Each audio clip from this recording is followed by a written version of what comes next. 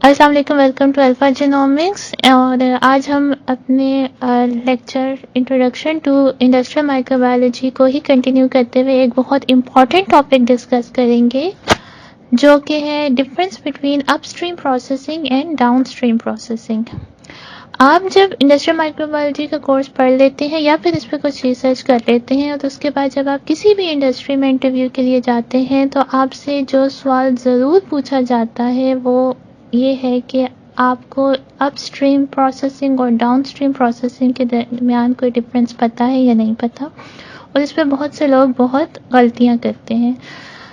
جبکہ یہ ایک بہت سمپل کانسیپٹ ہے. اگر آپ کو ایک انڈسٹریل پروسیس پورا پتہ ہو تو آپ کو یہ معلوم ہوگا کہ انڈسٹریل پروسیس سٹارٹ ہوتا ہے ایک مائکرو آرگنزم سے، کہ آپ نے پہلے مائکرو آرگنزم کو سلیکٹ کرنا ہے، امپروو کرنا ہے، اس کو پیوریفائی کر کے اس کو پرزرو کر کے رکھ دینا ہے، تاکہ جب آپ نے پروسیس سٹارٹ کرنا ہو تو آپ اپنے اسٹاک سے وہ مائکرو آرگنزم کو پک کریں اور آپ اپنے پروسیس کو سٹارٹ کر لیں. دوسری جو مین امپورٹنٹ چیز ہوتی ہے وہ ہوتی ہے را مٹیریل کی سلیکشن، اور آپ ڈفرینٹ را مٹیریلس کو سلیکٹ کر کے ٹیسٹ کر کے کوئی ایک را مٹیریل فائنل کر لیتے ہیں کہ ہم نے اپنے پروسیس کے لیے یہ والا را مٹیریل یوز کرنا ہے. اور تھرڈ پروسیس یہ ہوتا ہے کہ آپ اپنے را مٹیریل میں اس کا میڈیا بنا کے اس میں اپنے مائکروب کو ایڈ کرتے ہیں، جس کے بعد فرمنٹیشن کا پروسیس سٹارٹ ہو جاتا ہے. تو یہ جو سٹارٹ کے 3 سٹیپ ہیں کہ آپ نے مائکرو آرگنزم کو پک کیا اپنے اسٹاک کلچر سے، اس کو گرو کروایا کسی براڈ میڈیا میں جس کو ہم کہتے ہیں انوکولم پریپریشن،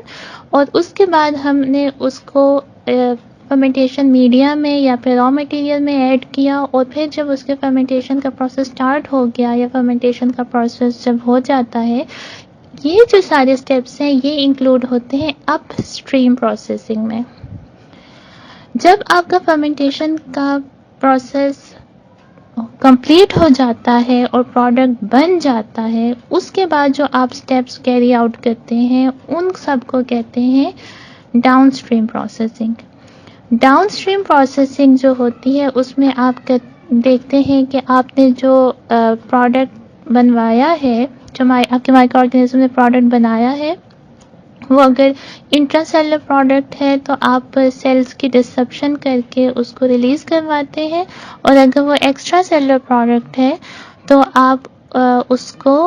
سیلز کو سینٹریفیوج کر کے یا فلٹر کر کے سیپریٹ کرتے ہیں. پھر ڈفرینٹ سٹیپس کے ذریعے آپ اس پروڈکٹ کی ایکسٹریکشن کرتے ہیں، پھر اس پروڈکٹ کو پیوریفائی کرتے ہیں. پروڈکٹ کی پیوریفیکیشن کے بعد آپ اس پروڈکٹ کو پیک کرتے ہیں، اس کی لیبلنگ کرتے ہیں اور اس کو مارکیٹ میں سیل آؤٹ کرتے ہیں.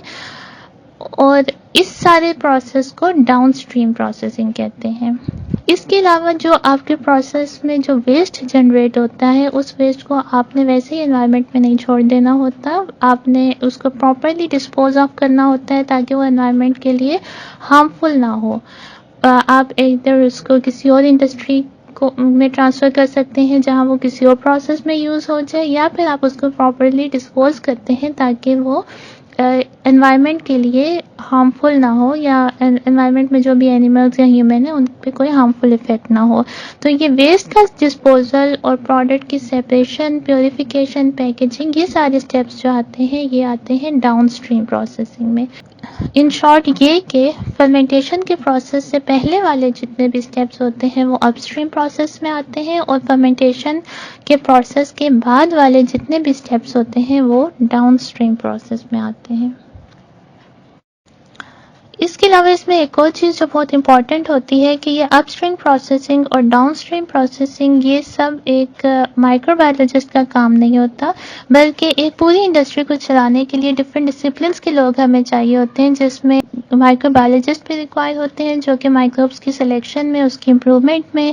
مین رول پلے کرتے ہیں، جو کہ بہت ایک انٹیگرل پارٹ ہے کسی بھی انڈسٹری کا. لیکن اس کے علاوہ ہمیں بایو کیمسٹ بھی ریکوائرڈ ہوتے ہیں، جینیٹک اور مالیکولر بایولوجی کے ایکسپرٹس بھی ریکوائرڈ ہوتے ہیں، کیمسٹ ریکوائرز ہوتے ہیں، اور اس کے علاوہ chemical engineers, mechanical engineers require ہوتے ہیں جو کہ فرمنٹرز میں ہماری ہیلپ کر سکیں. اور اس کے علاوہ میتھمیٹیشینز اور کمپیوٹر ایکسپرٹس بھی ریکوائرڈ ہوتے ہیں جو ہمارے سافٹ ویئر انالیسس میں اور کہیں پہ ہمیں اگر کچھ کیلکولیشنس کرنی ہو، اسٹیٹسٹیکل انالیسس کرنی ہو، تو اس وجہ سے ہمیں ڈفرینٹ فیلڈ کے ڈفرینٹ ایکسپرٹس ریکوائرڈ ہوتے ہیں تاکہ ہم اپنے پروڈکٹ کو